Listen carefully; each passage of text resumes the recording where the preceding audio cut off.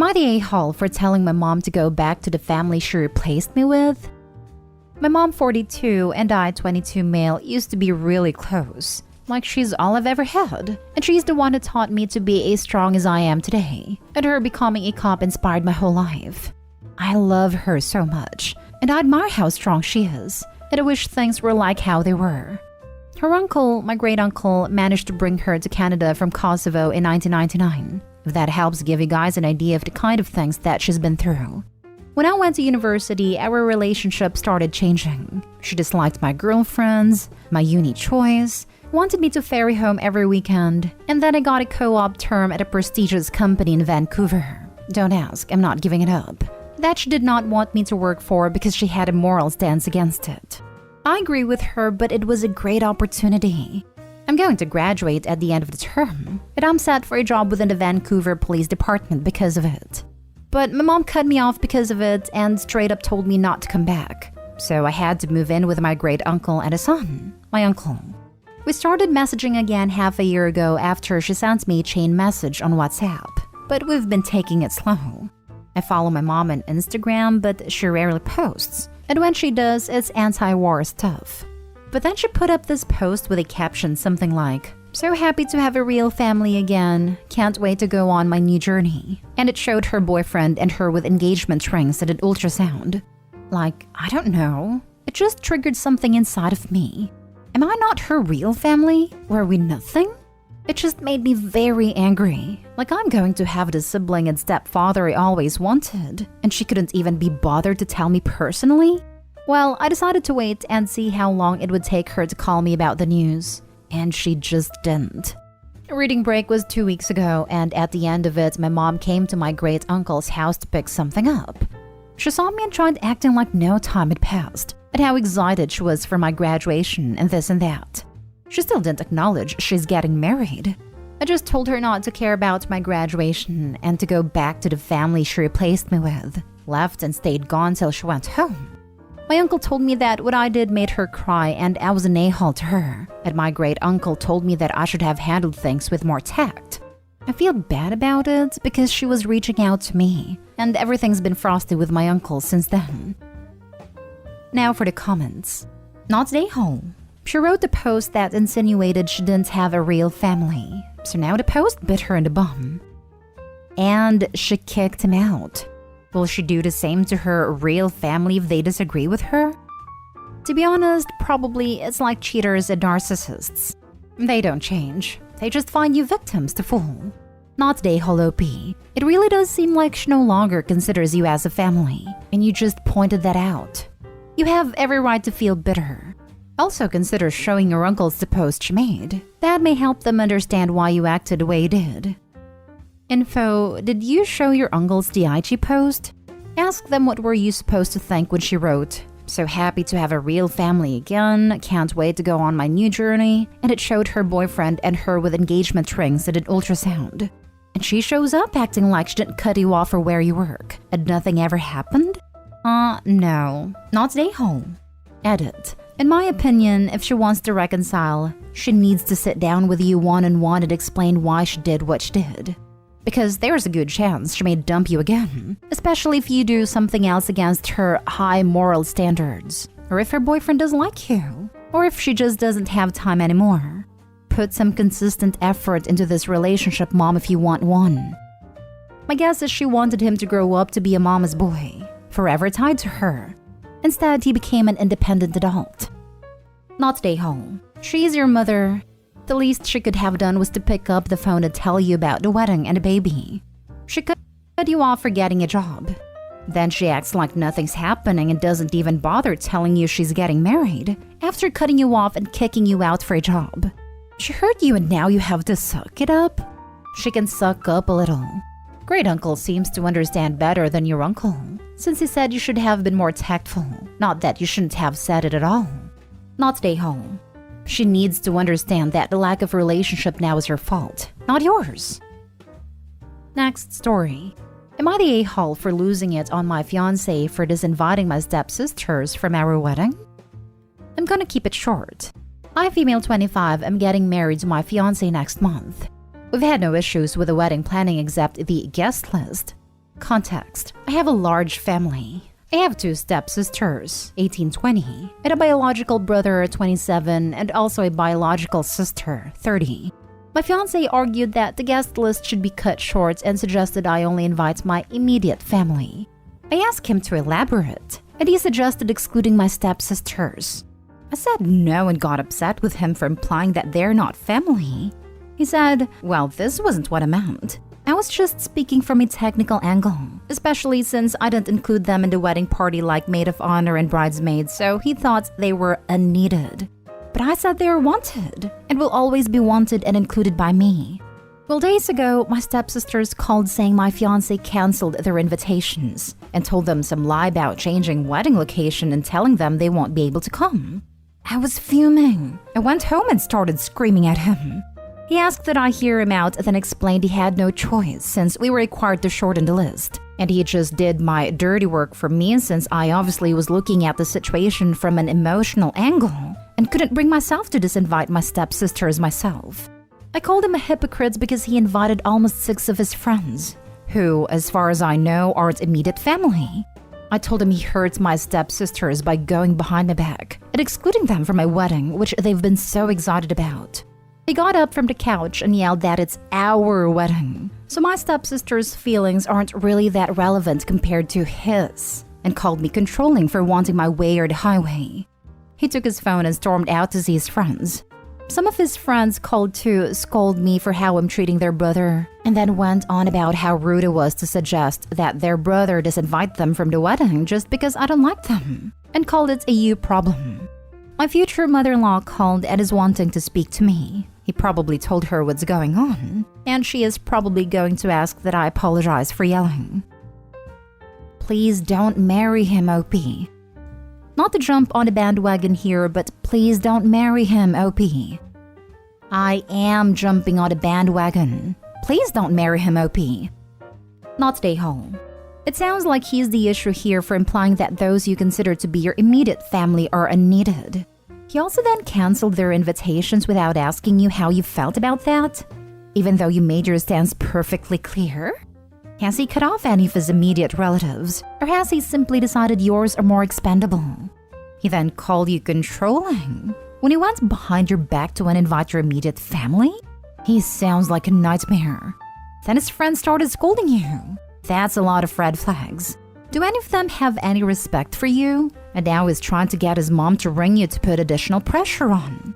There are so many issues here. Do not apologize to any of them.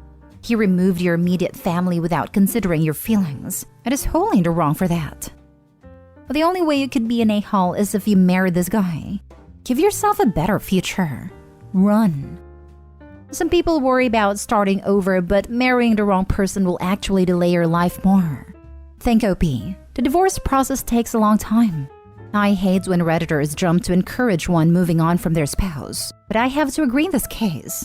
Not stay whole, OP, and don't let anyone tell you otherwise. Not stay whole. Wow. Just wow. Girl, run. Do not marry this man. He doesn't even grasp the basics of family. Is this the kind of father you want for your kids? And his friends calling to berate you? The friends he surrounded himself with also don't seem to understand family.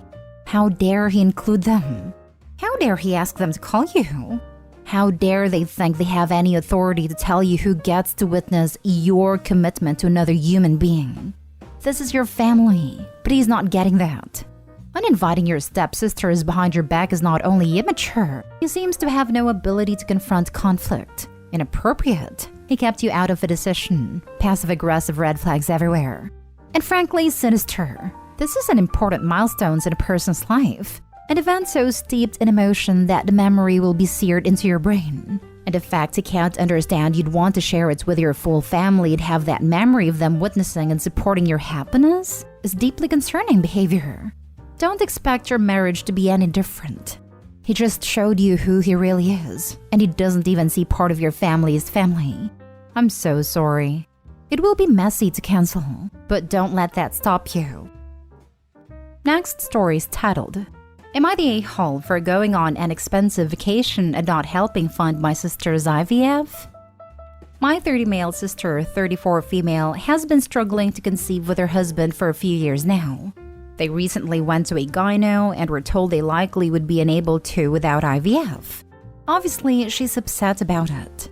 I don't know their exact financial situation, but she and her husband are both teachers at private schools. But they said their insurance doesn't cover it at all and that they were told it would likely be about $25,000, all in with the medication and everything. There was no guarantee of success and it could be $25,000 and no positive result.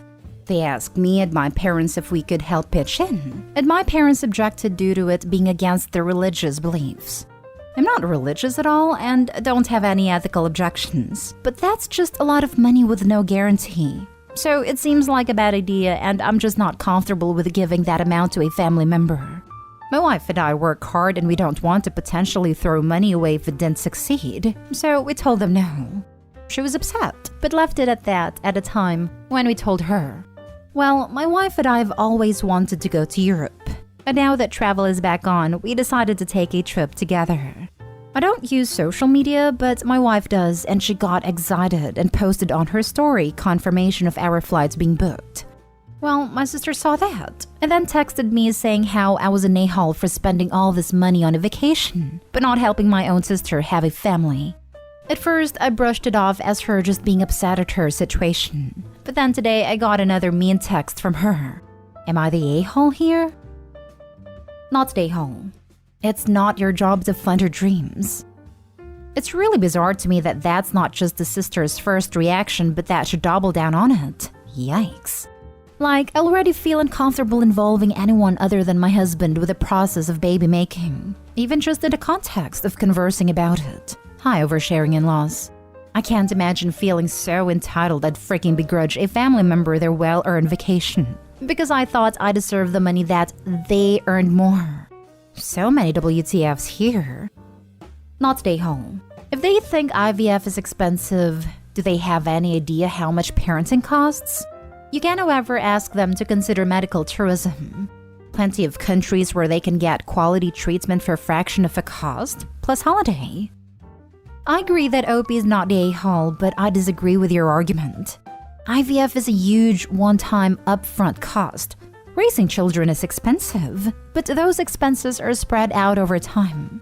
I don't think it's fair to say if a couple can't afford IVF, they can't afford children, or shouldn't have children.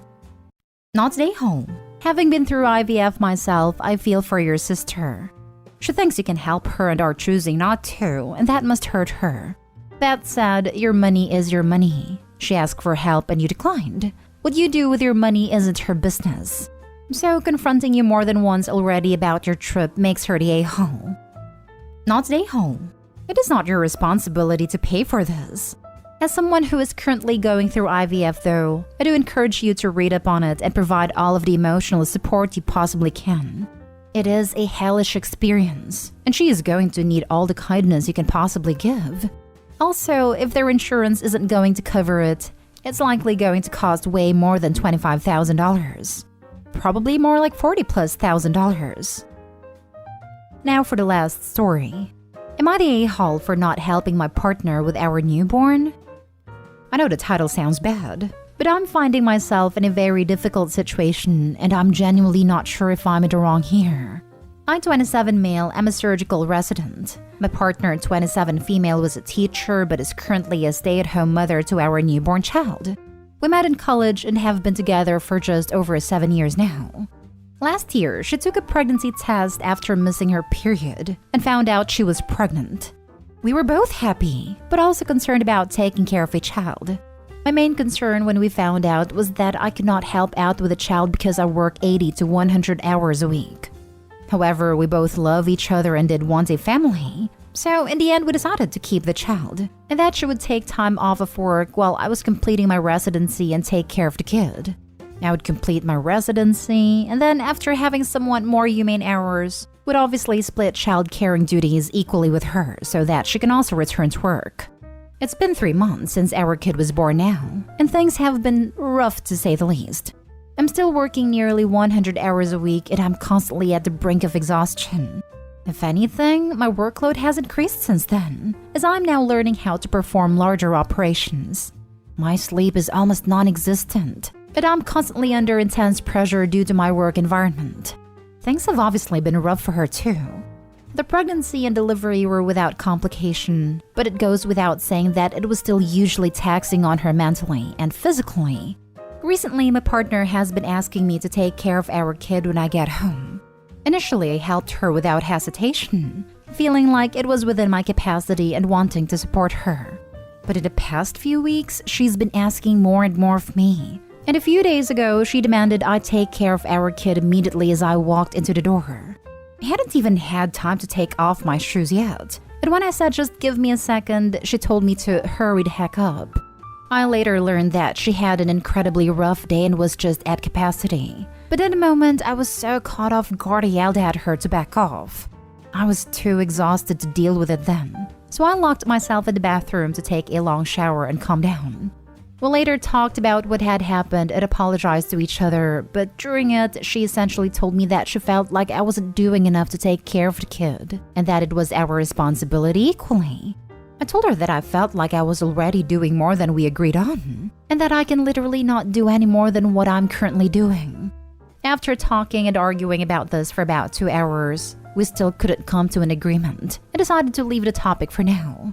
So, am I the a-hole for not wanting to take on a larger parenting role during residency? Friends I've talked to seem split on the matter. No a-holes here. This is a case of two people drowning and arguing over who has their head up out of the water a few inches more than the other.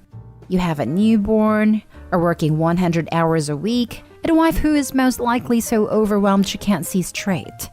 Both of you are sleep deprived and not in your right mind. What you need is help.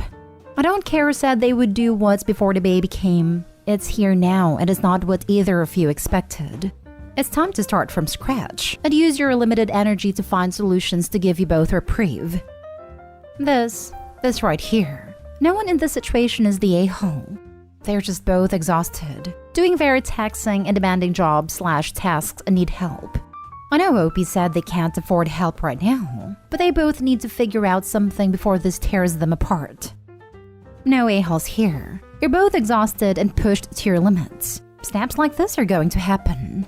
As long as you apologize afterwards and try to see things from the other point of view and remember you love each other, you'll be fine.